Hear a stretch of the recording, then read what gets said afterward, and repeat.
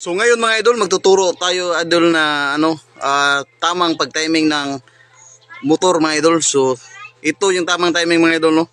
So kailangan may sakit ka na 14 mm para pihit dito sa sa pulya niya. Tsaka may extension din. Tapos may konting handle. So ito tamang pag-timing mga idol. Tingnan natin. Idol, dapat may 14 mm ka na tools. Tapos ikutin natin para ma-timing, kita yung timing. So ikutin natin to.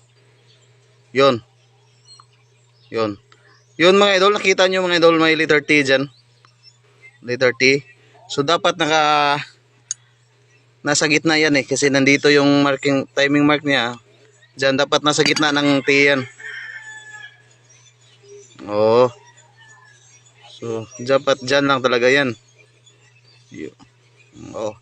So dito mga idol, yung timing dito mga idol, nakita nyo mga idol. So dapat yung ito dapat yung gear mga idol naka dito. Kita nyo mga idol, diba? So hindi siya nakatapat. So may problema to sa timing mga idol.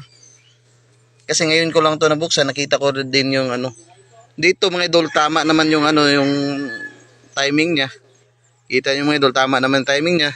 Pero kaso yung dito mga idol, yung gear niya mga idol, dito sa yung camshaft, kita nyo mga idol, tingnan nyo.